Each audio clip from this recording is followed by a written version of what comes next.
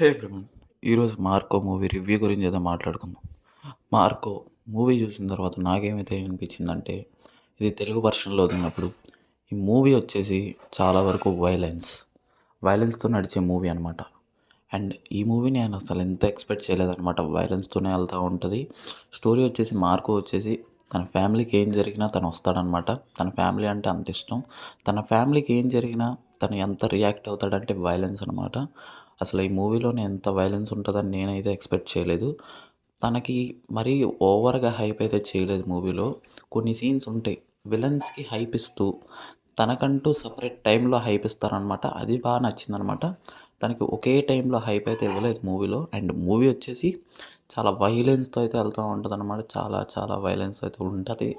Movie చూసినప్పుడు నాకైతే చాలా నచ్చిందనమాట.